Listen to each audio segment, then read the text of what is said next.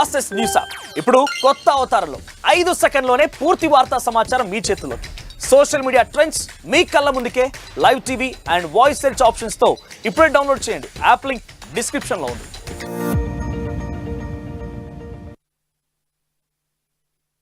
కోసం బెంగళూరుకు వచ్చాడు. బెంగళూరులో అర్బన్ కంపెనీ అని చెప్పేసి ఒక కంపెనీలో హాస్పిటాలిటీ సర్వీసెస్లో పనిచేస్తున్నాడు. అక్కడే మహిళ ఆశా అనే ఒక మహిళతో పరిచయం కుదిరింది. ఆ అమ్మాయి కూడా అర్బన్ కంపెనీలోనే హాస్పిటాలిటీలోనే వర్క్ చేస్తుంది. సో ఇద్దరికి పెళ్ళిళ్ళైనాయి ఆల్రెడీ. కానీ వీళ్ళు ఒక వివాహేతర సంబంధంలోకి వెళ్ళారు. సహజీవనం చేయడం స్టార్ట్ చేశారు. ఒక ఏడాదిన్నర పాటు వీళ్ళు ఒక ఇల్లు తీసుకొని మేము భార్యాభర్తలని పరిసరాల్లో ఉన్న వాళ్ళందరికీ చెప్పి వాళ్ళు సహజీవనం చేయడం స్టార్ట్ చేశారు. సో దాని తర్వాత ఒకరోజు మద్యం తాగిన మత్తులో శంషుద్దీన్ ఆశాని అతి కిరాతకంగా చంపి ఆ డెడ్ బాడీని తీసుకొని వెళ్ళి బెంగళూరు మున్సిపాలిటీకి సంబంధించిన ఒక ట్రక్లో దాన్ని పడేశాడు. అసలు ఈ విషయానికి సంబంధించిన మరిన్ని డీటెయిల్స్ మా ఆర్టీవీ ప్రతినిధి ఈ ఆశా అనే మహిళకు కూడా పెళ్ళి అయి ఉందని అర్థమవుతుంది ఇప్పుడే వచ్చిన ఇన్ఫర్మేషన్. సో ఆ ఆశా అనే మహిళ డివోర్స్ తీసుకొని ఒక విడోగా ఉంది అని, డివోర్సో విడో ఈ రెండింటికి సంబంధించి ఏదో ఉందని మనకు తెలుస్తుంది. ఈ శంషుద్దీన్కి మాత్రం భార్య ఉంది, భార్యతో పాటు పిల్లలు ఉన్నారు. కానీ వాళ్ళు అస్సాంలోనే ఉన్నట్టు మనకు అర్థమవుతుంది. మళ్ళీ కట్ చేస్తే ఇంకొక యాంగిల్ ఏంటంటే వీళ్ళిద్దరూ 1.5 year మేము హస్బెండ్ వైఫ్ అని చెప్పుకొని వాళ్ళు బెంగళూరులోనే ఒక ఇల్లు తీసుకొని ఆ ఇంట్లో ఉండడం, ఒక సహజీవనం చేయడం కూడా మనకి తెలుస్తుంది. దీనికి సంబంధించి మరిన్ని వివరాలు తెలుసుకోవడానికి మనం మన ఆర్టీవీ ప్రతినిధి శిల్పతో మాట్లాడి తెలుసుకునే ప్రయత్నం చేద్దాం. హలో శిల్ప, చెప్పండి అసలు ఈ సంఘటన ఎప్పుడు జరిగింది అండ్ దీనికి సంబంధించిన డీటెయిల్స్ ఇంకొన్ని చెప్పండి. అసలు వీళ్ళ ఫ్యామిలీస్కి తెలుసా, వీళ్ళిద్దరూ వివాహేతర సంబంధంలో ఉన్నట్టు వీళ్ళ ఫ్యామిలీస్కి తెలుసా, వీళ్ళ పిల్లలకి తెలుసా?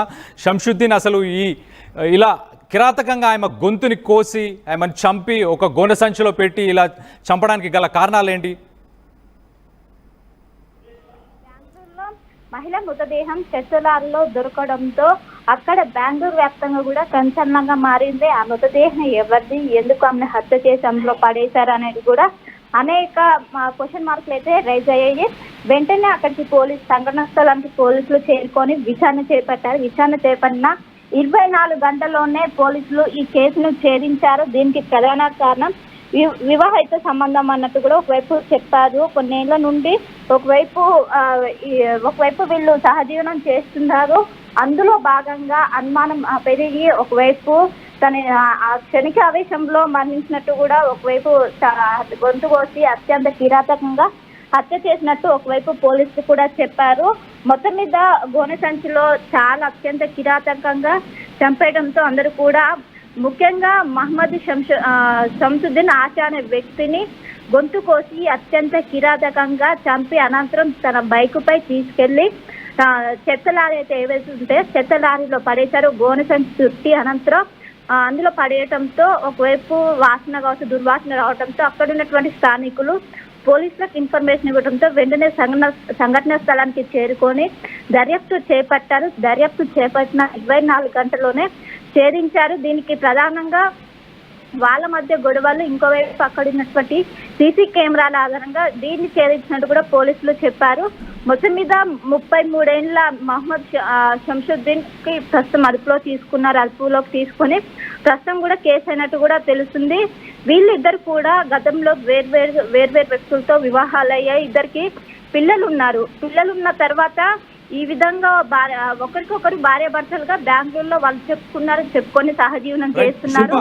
వీళ్ళిద్దరికి అసలు గొడవ జరగడానికి కారణం ఏంటి? ఆల్రెడీ వివాహేతర సంబంధంలో వీళ్ళిద్దరు ఉన్నారని తెలుస్తుంది. వీళ్ళిద్దరికి గొడవ జరగడానికి కారణాలు ఏంటి అయి ఉండొచ్చు?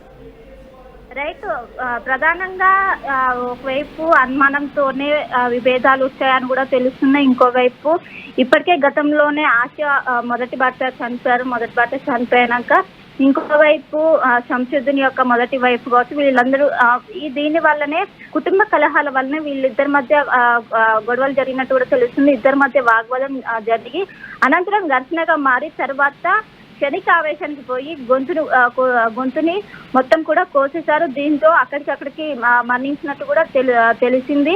దీన్ని commissioner of Bengaluru south commissioner of police Lokesh కూడా దీనిపైన స్పష్టత ఇచ్చారు.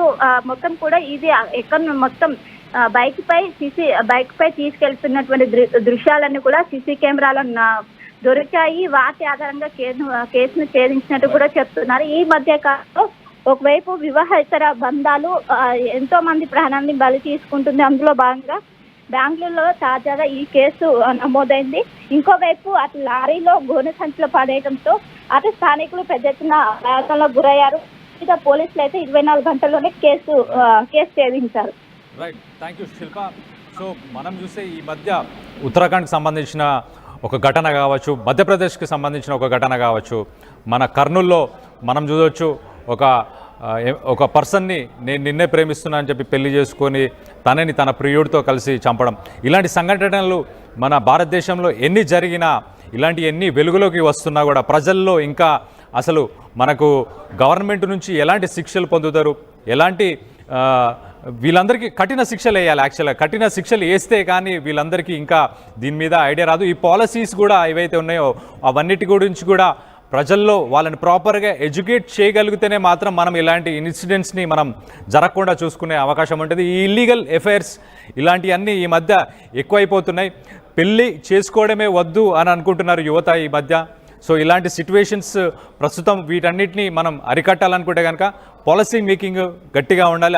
మంచి కఠినమైన శిక్షలు వేసి, అలాగే ప్రజల్లో వీటికి సంబంధించి ఎలాంటి శిక్షలు ఉన్నాయి, ఎలాంటి ప్రాబ్లమ్స్ ఫేస్ చేస్తారు ఇలాంటి దాని మీద అన్న విషయాల మీద కూడా ప్రజలకి ఎడ్యుకేట్ చేస్తే కానీ ఇలాంటి విషయాల్ని మనం కంట్రోల్ చేయలేం అన్న